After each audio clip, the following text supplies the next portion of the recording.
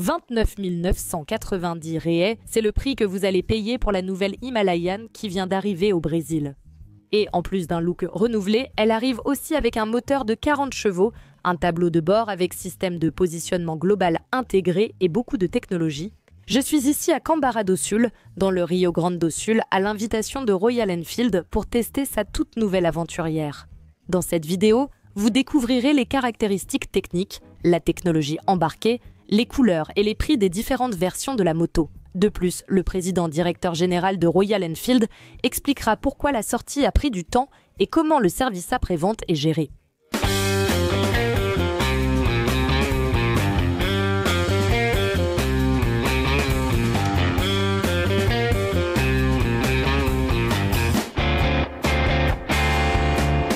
Si vous êtes nouveau ici, je suis Amanda Pagliari et voici la chaîne moto la plus charmante du Brésil qui présente aussi les meilleures nouveautés sur Internet. Cliquez sur j'aime et abonnez-vous pour ne manquer aucune vidéo. Succès de vente de la marque, ici au Brésil pendant de nombreuses années, l'Himalayan arrive maintenant à sa deuxième génération. Selon Royal Enfield, tout a été changé. Une nouvelle génération, une évolution, en fait une révolution de ce modèle aventurier. Nous proposons le modèle d'entrée de gamme à 29 990 rouets, ainsi que la version haut de gamme. Je vais vous parler des différences entre les versions dans un instant, mais d'abord, parlons des similarités. Tout ce que vous allez retrouver dans toutes les versions, y compris dans la moins chère. En commençant par le châssis, la structure de la moto qui a été renforcée et renouvelée. Voici le porte-bagages, controversé lors de la première génération. Les gens devaient le renforcer eux-mêmes, mais selon Royal, ce problème appartient désormais au passé. Pourquoi ? D'ailleurs, ils proposent un top case en aluminium et des valises latérales, donc ils garantissent pas la solidité, bien sûr. Tant que vous ne dépassez pas le poids recommandé pour ce modèle courant sur le marché, vous avez une limite de charge. Si vous respectez la limite, vous pouvez installer un top case et d'autres accessoires sans problème. Royal Enfield a fait un bel effort pour améliorer les points critiqués sur la première génération. Le centre de gravité et la masse sont concentrés dans la partie inférieure, ce qui est vraiment perceptible. La moto est devenue plus compacte, plus fine, et grâce à cela, on arrive à poser les pieds au sol plus facilement. Comme vous le voyez à l'écran, la hauteur de la selle avec la selle basse peut descendre jusqu'à 80 cm, 80 cm et demi du siège au sol. C'est vraiment bien pour la majorité des Brésiliens, n'est-ce pas? Les personnes de petite taille ont souvent du mal à piloter une Big Trail à cause de sa hauteur. C'est sa hauteur non espaciam par. Cependant, comparé à la selle standard livrée avec, laissez-moi vous montrer ici, sur la béquille centrale déjà de série, ce qui est vraiment une très bonne chose, tout comme le protège Carter. Mesurant 1 m77, j'arrive à poser les deux pieds au sol, n'est-ce pas? D'accord, ici le terrain est irrégulier, mais j'y arrive, d'accord? L'avantage de ce siège, c'est qu'il varie de 2 cm. Il dispose de 4 réglages faciles à effectuer. Sous le siège, et vous pouvez aller de 82,5 jusqu'à 84,5 pour les plus grands. Si vous êtes plus petit ou petite, vous pouvez acheter en accessoire le siège bas et il y a aussi une plage de hauteur. Le design a été remodelé. Et contrairement à la première génération qui était plus carrée, disons-le comme ça, elle a maintenant des lignes plus arrondies. Je vous avoue que je les préfère. Cependant, le style et l'ambiance rétro ancrée dans l'acide désoxyribonucléique de Royal Enfield n'ont pas été oubliés. Comme par exemple ici le phare rond. Donc vous voyez que même si elle est plus moderne, plus classique, disons, elle garde quand même l'acide désoxyribonucléique de la première Himalayan. On voit que c'est une moto différente. Elle est entièrement à LED, comprenant le phare, le feu arrière et désormais les clignotants.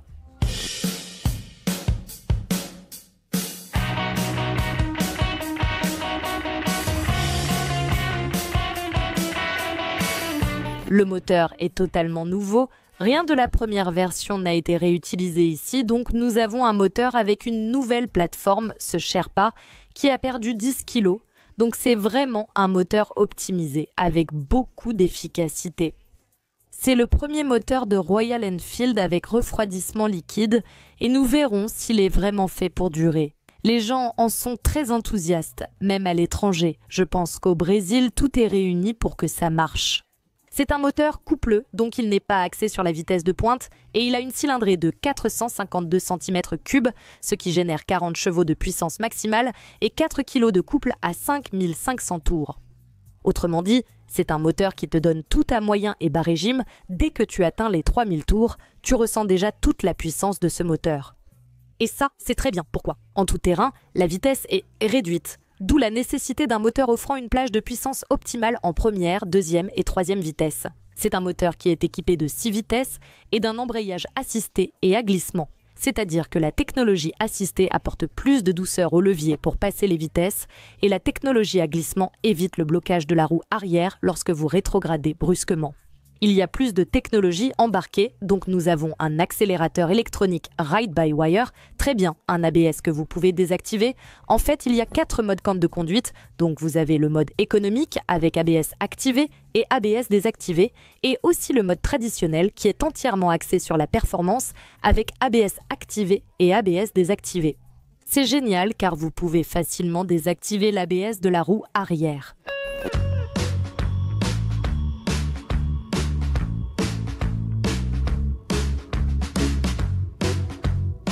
Le tableau de bord est un écran à transistor à couche mince couleur de 4 pouces, rond, très joli. Ce tableau de bord est vraiment charmant et aussi très technologique. Vous avez cette visualisation qui serait analogique, puis vous appuyez et maintenez ici sur le tableau de bord et ça change, vous avez alors plus d'informations. Donc ici en bas, vous avez l'indicateur de vitesse, le compteur de vitesse, les informations de l'odomètre et tout le reste, n'est-ce pas? Même, regardez, il vous donne l'heure, la température et ici en bas l'indicateur de carburant. Mais ici en haut, avec l'application connectée, vous pouvez modifier plusieurs informations. Donc, ici vous avez les paramètres, n'est-ce pas? Vous pouvez configurer plusieurs choses, y compris les informations, n'est-ce pas? Comme regarder les notifications et tout le reste, et vous pouvez aussi visualiser les informations de l'ordinateur de bord. Sur le trajet 1, vous avez le kilométrage, les kilomètres par litre et une consommation de 27,5 Royal Enfield a annoncé environ 28 km par litre, mais cela dépend du pilote, de la vitesse moyenne et du temps de trajet.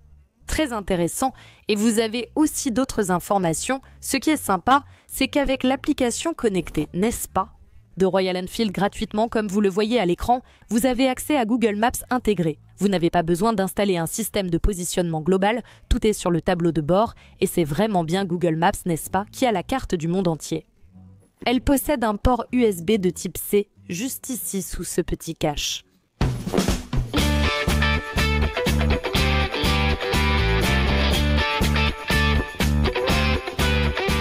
À la suspension avant, nous avons une fourche inversée Showa avec un diamètre robuste de 43 mm et un débattement de 200 mm.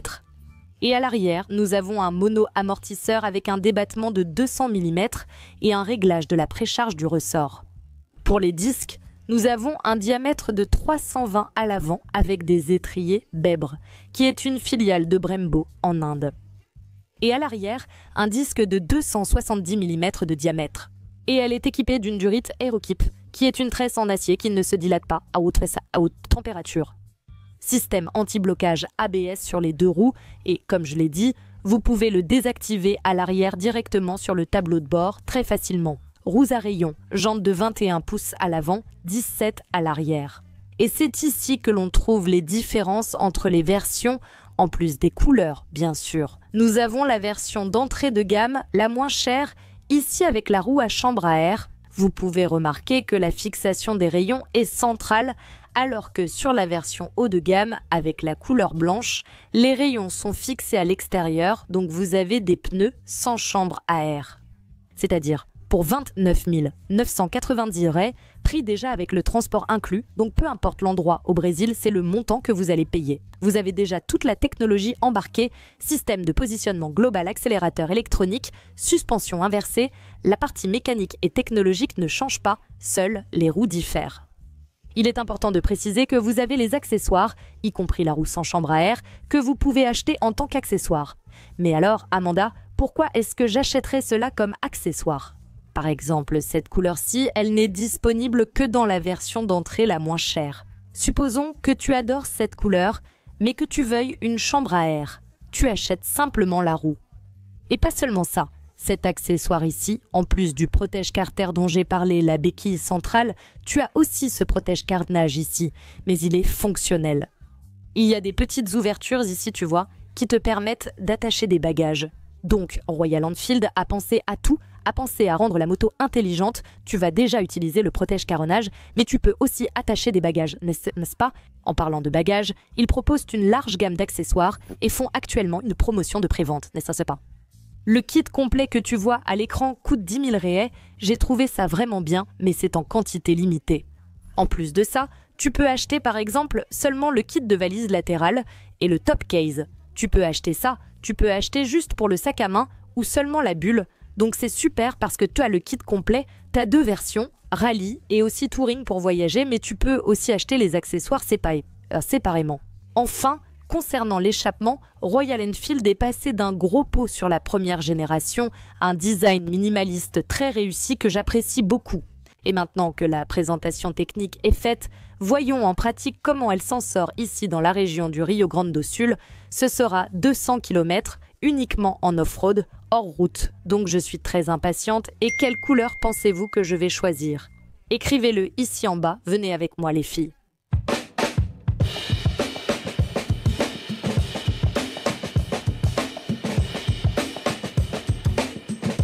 Mes impressions sur l'Himalaya lors de cet événement, dans cette utilisation intensive ici. Elle va avoir du succès. C'est une excellente option d'achat et je vais déjà l'affirmer. Meilleure que la Scrambler, meilleure que la Sahara et meilleure que la Versys 300. La moto est incroyable, la machine est incroyable.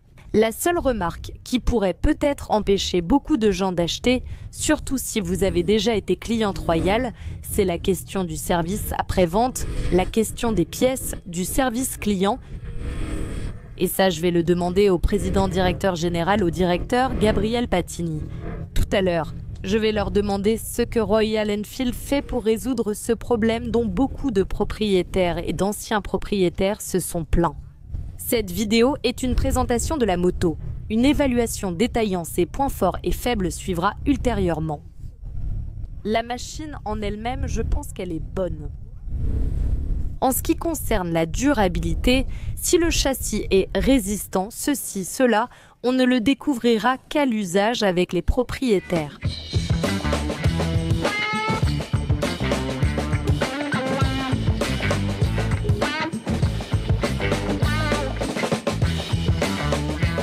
Cette moto devrait coûter environ 35 000 réais avec la technologie embarquée qu'elle possède. Avec les accessoires, franchement, elle devrait coûter encore plus que ça, pourvu que Royal Enix ne m'entende pas. Mais une fois la moto en main, on ne dirait même pas qu'elle pèse presque 200 kg. Vous voyez le terrain sur lequel je roule, la moto tient bien. La suspension, vraiment.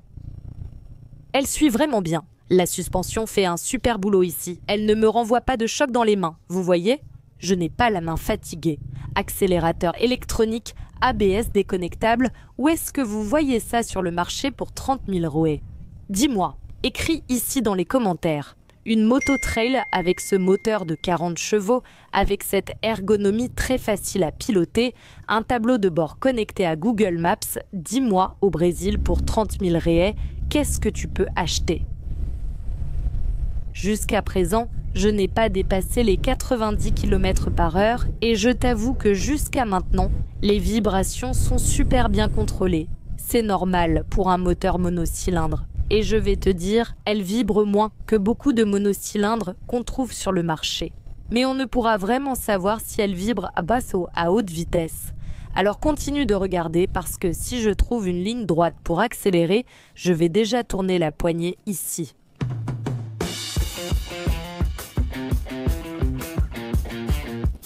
Bon, les amis, ici sur la route, la bulle haute manque vraiment.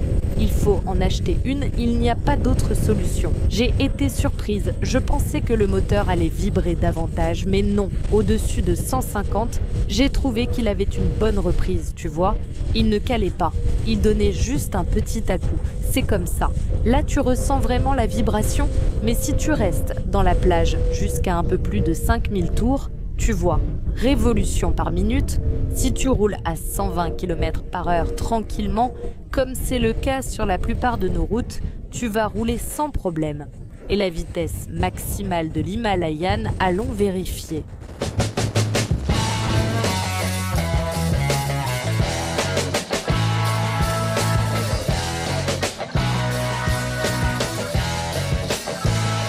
On s'est arrêté ici pour faire le plein, les amis, mais ce que je voulais vraiment vous montrer,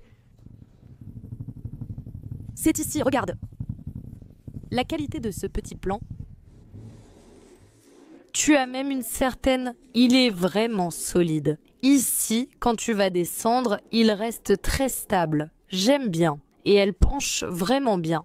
C'est-à-dire qu'elle va bien pencher et il n'y aura pas de risque qu'elle reste trop droite et tombe. Je voulais vous montrer ce détail. On fait le plein et on continue la balade.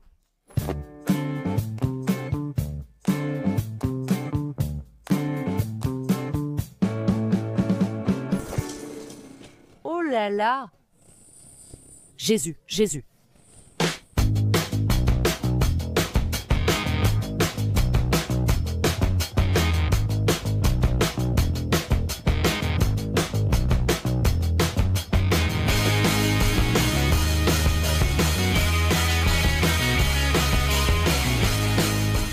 Petite pause dans la balade pour le déjeuner, je veux vous montrer un peu du campement dans les nuages que Royal Enfield a installé ici pour nous. Regardez comme c'est beau. Je suis au canyon de Boa Vista et regardez ce merveilleux barbecue au sol. L'accordéoniste, mon Dieu, que demander de plus dans la vie? Il ne me reste plus qu'à installer ma tente ici pour camper et ne plus jamais partir.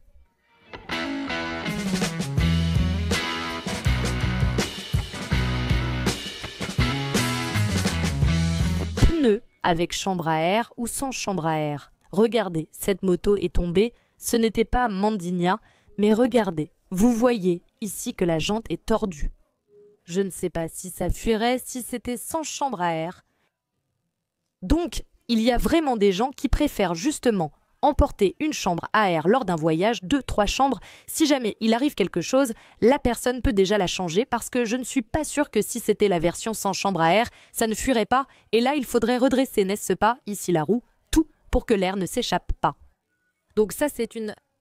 Au début, j'ai trouvé ça dommage. Pourquoi ne pas mettre toutes les roues sans chambre à air? Mais ça peut être un point à prendre en compte.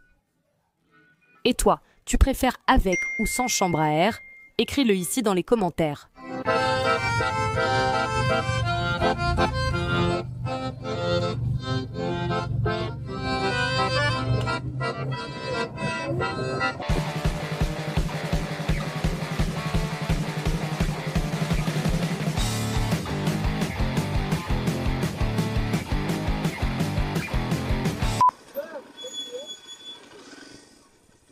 J'ai déjà prévenu que ça va mal finir.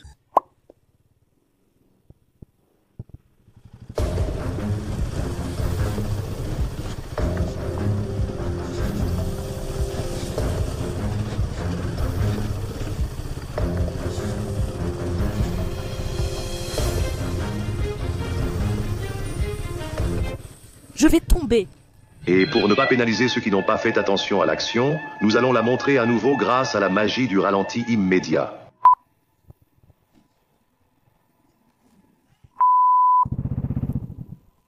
Ici, l'air est un peu étouffant, non?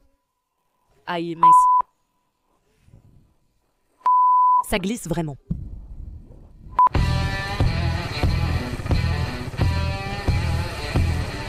Je suis là, super tendu, tu sais.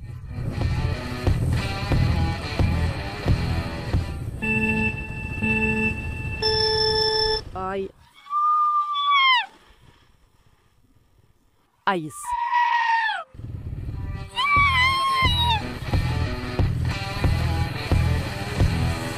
Allez, Brésil. Brésil. Aïe, caramba. Alors, on y va, non? Aïe, caramba. J'ai fait de mon mieux dans la pire des situations. On s'en va. On s'en va. Je n'ai pas acheté de terrain sur cette terre. Jusqu'à présent, je n'achèterai pas avant la fin de la vidéo. L'eau, ça ne compte pas. L'eau, ça ne compte pas parce qu'on ne paie pas d'impôt foncier dessus. Seul un vrai terrain compte, la terre ferme de Dieu. Après cette balade merveilleuse, on a bien vu que la moto est robuste. Elle est même tombée sur les pierres là au passage du S, et la moto est là, regarde, elle roule. La moto tient le coup, Mandigna, je ne sais pas trop, mais la moto, elle continue sans problème. C'est ça les amis, maintenant allons conclure la vidéo avec le prix. Et profitez de la fête que Royal Enfield a préparée pour nous, allons-y.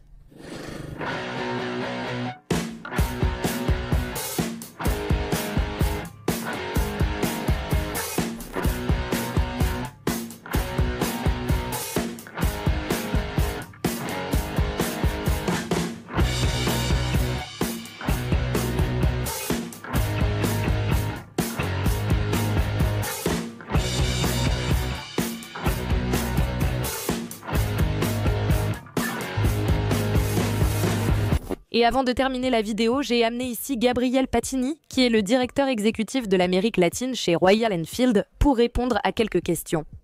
Tout d'abord, félicitations pour l'événement. Félicitations pour la moto, elle est incroyable. Et j'aimerais que tu commentes ce qu'elle représente, puisque vous avez dit que c'est une nouvelle étape importante. Pour nous, c'est le lancement le plus important de l'entreprise ces dernières années. Elle symbolise une nouvelle ère pour Royal Enfield. Ici, nous avons une plateforme entièrement nouvelle, un moteur entièrement nouveau, refroidissement liquide, accélérateur électronique, 40 chevaux, 4 kg. Système de positionnement global sur le tableau de bord. Système de positionnement global sur le tableau de bord. C'est un tournant pour Royal Enfield. Quand le client intéressé pilotera, cela n'a rien à voir avec aucune autre Royal. Cette Himalaya est différente de l'ancienne. Elle conserve sa robustesse, mais... Pourquoi cela a-t-il pris autant de temps ? Tu attendais, pourquoi ? Là, Attends-tu. c'est fini. Plusieurs facteurs entrant en jeu, notamment la question de l'homologation. En effet, l'homologation au Brésil est extrêmement complexe. Elle exige des tests supervisés par les autorités brésiliennes. Nous les avons effectués l'an dernier. L'année dernière, il y avait une file d'attente car tout le monde a décidé de changer. Tout le monde lançait une moto. Nous aurions pu lancer cette moto fin de l'année dernière, mais nous avons attendu pour deux raisons. Toutes les motos, le modèle 2026, et deuxièmement, pour que nous puissions accumuler une grande quantité de motos au Brésil. Dans la production, nous avons déjà plus de 3000 à 4000 motos Himalayan au Brésil. Chaque mois, nous allons sortir des lots d'environ 750 motos. Le premier lot de mars commence le 19 à 19h et... les employés s'organisent dès au mois déjà. Nous avons déjà facturé les motos, donc nous voulons un lancement avec les motos en tirant les leçons de la Super Meteor. Nous apprenons, nous nous préparons mieux, une planification de plus en plus efficace de Royal Enfield Brésil. Donc, je pense qu'il y aura peut-être une demande supérieure à ce que nous avons comme moto disponible, mais l'idée est d'avoir le minimum d'attente possible pour les clients. Concernant la production, cruciale pour le succès de la Super Meteor, je pense que les ventes auraient été supérieures si la disponibilité en concession avait été meilleure. Pouvez-vous commenter la production, vos partenariats avec DAF et Multilacer et comment cela se déroule ? Une usine va-t-elle s'installer ? Auriez-vous un scoop à ce sujet ? Alors aujourd'hui, où en sommes-nous ? Nous avons un contrat avec DAFRA, n'est-ce pas ? Donc c'est intéressant, je vais même donner quelques détails qui ne sont pas très courants, mais nous avons un contrat avec DAFRA qui fixe une quantité maximale de motos. DAFRA produit actuellement 40% de plus que le volume contractuel. En réalité, on est déjà au maximum. Ils tirent déjà sur la corde. Nous sommes déjà à la limite de ce que DAFRA peut produire pour nous. Donc, il y a eu la nécessité d'avoir une deuxième usine à Manaus. Et maintenant, on commence avec le groupe Multilaser. On a commencé à faire les premiers tests en janvier. À partir de mars, on commence la production à grande échelle. Donc, on va accélérer la production mois après mois. Notre attente, c'est qu'en juin de cette année 2025, on ait Multilaser au pic de production et DAFRA aussi au pic. Donc, on va doubler la production. L'idée est d'inclure des motos. Avec ce produit, il y aura encore le sentiment qu'il pourrait y en avoir plus, mais nous avons nos limites en tant qu'entreprise à court terme. D'autant plus que tu as une gamme très large, non ? Donc ça finit aussi par cannibaliser, tu vois. Ce n'est pas seulement 3 ou 4 modèles. De plus, c'est un succès commercial avec une liste d'attente. Maintenant, j'aimerais que tu abordes un sujet que je pense que beaucoup de gens se posent, beaucoup de clients, concernant la prévente. Alors, quels sont les efforts de Royal Enfield concernant les pièces détachées et la prévente ? Je peux diviser ça en plusieurs facteurs. Le premier est notre capacité d'atelier. Ainsi, entre février dernier et février de cette année, nous avons doublé la taille de notre atelier au Brésil. Nous sommes passés de 85 à près de 160 ponts élévateurs de service. Cela s'explique par l'augmentation du nombre de concessions au Brésil et l'agrandissement des concessions existantes. Nous avons agrandi les ateliers de presque toutes les concessions du Brésil. Deuxième point, la formation. Nous avons lancé en 2025 une académie de formation, c'est-à-dire à former la main-d'œuvre. Tous les techniciens de Royal Enfield sont formés en présentiel sur tous les produits. Donc, pour ce produit ici, nous avons déjà eu 2 semaines de formation pour que le réseau de concessionnaires puisse démonter le produit de bout en bout. Le troisième point concerne les pièces. Nous avons augmenté notre stock de pièces au Brésil de près de 40% ces 3 derniers mois. Nous nous préparons à la croissance de Royal au Brésil, l'après-vente étant très important pour nous. Nous voulons que le client soit heureux avec sa moto pendant 3 à 5 ans. Bien sûr, elle est durable et conçue pour durer. C'est ça, merci. Merci Amanda. J'ai adoré la balade ici avec la nouvelle Himalayan 450. On sent vraiment que c'est une nouvelle génération, une nouvelle histoire, un nouveau jalon dans l'histoire de Royal Enfield. Il y a des technologies qu'on ne voit même pas sur les Twins, qui sont pourtant plus chères et plus grandes, et je pense que clairement, les Brésiliens méritaient un produit comme celui-ci, de moyenne cylindrée, qu'on attendait tant. Et pour le prix, franchement, vous n'allez pas y croire, mais je l'ai déjà dit, pour la technologie qu'elle offre et le prix d'une moto de 160 cm3, c'est incroyable. Parlons maintenant des versions. La version d'entrée de gamme coûte déjà 29 990 réais, frais de livraison inclus. La version avec les jantes dorées, mais avec chambre à air, elle coûte 30 990 réais. Quant aux 2 versions, la noire avec doré et aussi la blanche avec des roues sans chambre à air. 31 990 réais, prix final pour tout le Brésil. C'est tout. Si tu as aimé, like et partage avec tes amis. J'ai adoré le prix et le produit, tu vas aimer aussi. Envoie dans les groupes WhatsApp et abonne-toi à la chaîne pour être la première à voir l'évaluation détaillée avec les points positifs et négatifs. En 2025, de nombreux lancements sont prévus, notamment chez Royal Enfield. Restez informés sur la chaîne Motoplay. À la prochaine, moto bisous.